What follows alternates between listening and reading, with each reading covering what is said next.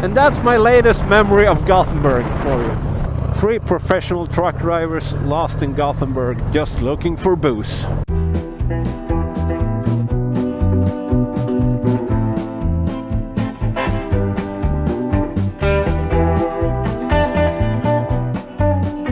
Good morning, all my beautiful Motovlog watching people. How the fuck are you doing? I'm gonna talk in Swedish today. You know, English with a Swedish accent and Swedish words. Why, you ask? Because it's awesome. Anyways, I know I suck at speaking English, but I'm gonna give it a try anyways. So I'm gonna introduce myself. My name is Mike. I live just north of Stockholm in a place called Upplands-Väsby. I live there with my wife and my 3 kids, and this bike is one of them. The other 2 are actual human kids. I named the bike Bobbert. Anyway, that's the introduction of my bike. Yeah, of course, I have my 16-inch shapes. They're awesome. And as we all know, APEHANGERs are the meaning of life. So anyways, that's the introduction of myself and my bike. I'm gonna take you out here to the countryside, just north of Stockholm, so I can introduce my beautiful country of Swedenland. Now we're in a place called Uppsala. I was here in my last episode. Unfortunately, I spoke in Swedish in that episode. So let's follow this road. I've never ridden my bike on this road, but I'm guessing it's a nice road. Almost every road up here is nice, so we're good. So anyways, where was I? Oh yeah, Swedenland. Welcome to Swedenland of IKEA and other awesome Swedish shit like snus and surströmming. I have no idea where I am right now, but it's nice. At least we're on the countryside. That was the goal. Hello, horses. Yeah, so this is Sweden. Whoa, look at those planes. That's cool. This is a very bumpy road. Fuck, man. Well, it's not a hardtail, so my tail is a-okay. Not because I have suspension on it, but because I have such a fat ass. So anyways, this is Sweden, as I said like 10 times now. Sweden is a kingdom, I guess, I think. Yeah, because we have a king. His name is Carl Gustav something. And he's about 600 years old. And he does absolutely nothing for a shitload of cash. And he also has a wife that's close to 4 million years old. And I think she's from Germany. And they also have a couple of spoiled kids and yeah, whatever. We also have an unofficial king here in Sweden. And he's called Sungen.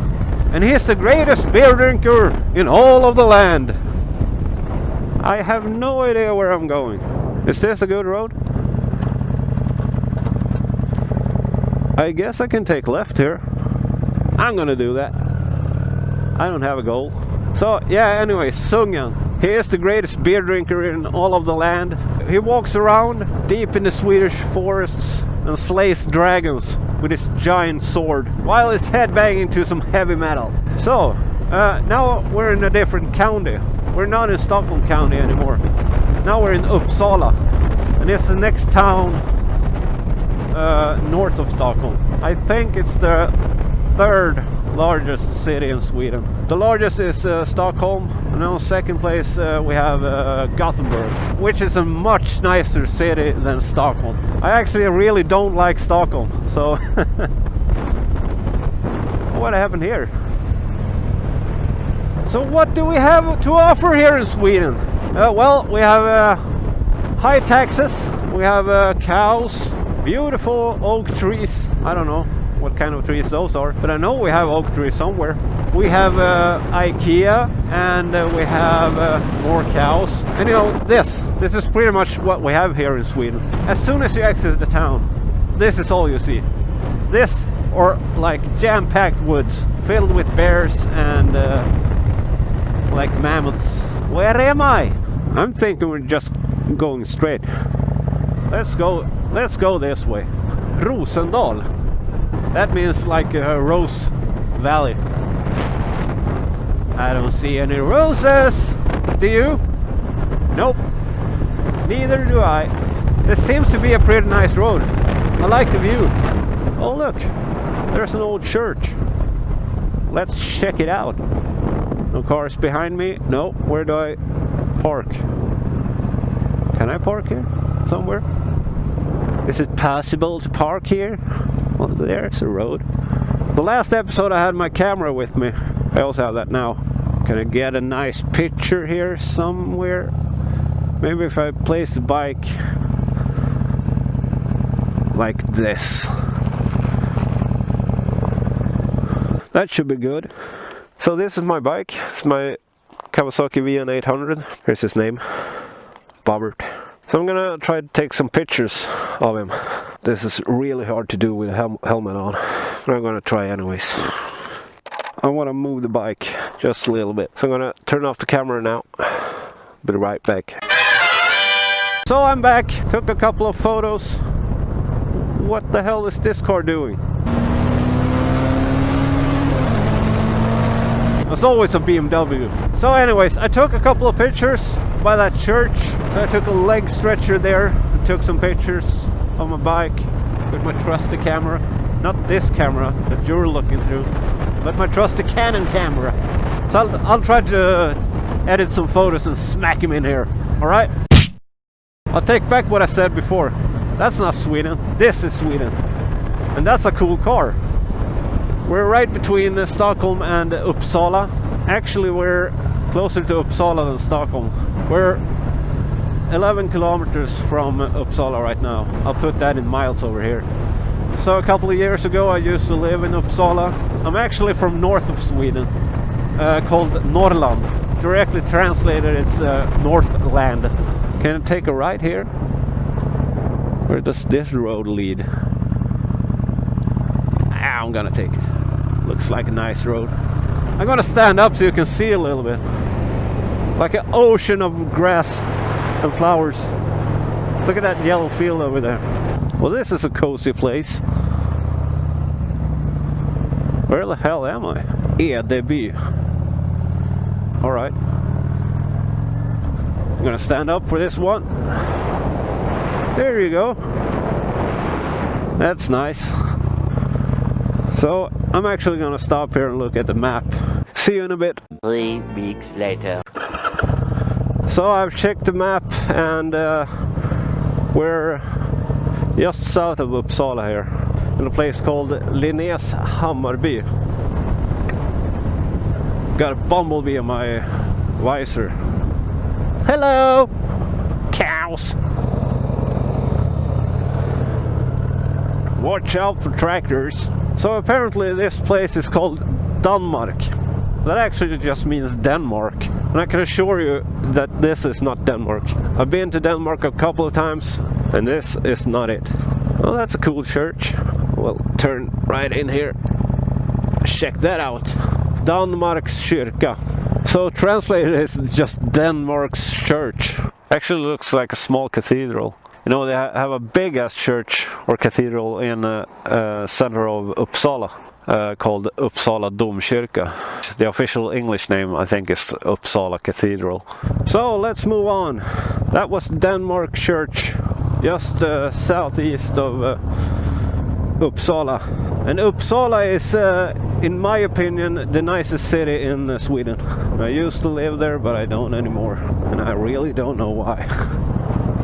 So, let's take a left here. We're not going into Uppsala today. So, let's get back to Mike's Swedish School of Doom. Sweden also have a couple of neighbors. And to our left on the map, or west, we have Norway. And I used to live in Norway too. And that's the most beautiful country in the fucking world. I'm telling you. It's so fucking beautiful there. Can't describe it. Just look at this. Right? It's amazing. So the capital of Norway is called Oslo, and that's where I lived for a short time. I was a truck driver there. And I have a funny story about living in Oslo. So I used to live in a house in Oslo with 2 roommates in a place called Stovner. It's kind of a suburb area of Oslo. In a blue house. So me and my 2 roommates, we were all truck drivers, worked at the same company, had the same working hours, had the same pay, split everything equally. worked out great. There's one problem about Norway, and that is that it's fucking expensive there. Everything is so fucking expensive, you almost can't live there. And I mean, we had good money. And I also had a savings account, which had really good money too. So I figured, we're renting this house, me and 2 other guys. I remember that it was 12,000 Norwegian crowns a month. So 4 grand a piece. And we were making good money. We were making like 35, almost 40,000 Norwegian crowns a month to be working the hours and the extra shifts that we did. So we all had good money, we all had good savings accounts and everything, but we never bought anything in Norway. Every weekend we will jump on the subway and go to the city center of Oslo and like hit up some bars and stuff, like rock bars. I remember one bar was called like the 8 Ball or something, and all you did there was listening to like Norwegian death metal and play pool and get really drunk. And they had like the beer of the day type prices there, so it would be like 25 Norwegian crowns for one beer. Everybody was drinking those, so that was one of the like a few things we actually spent money on in Norway.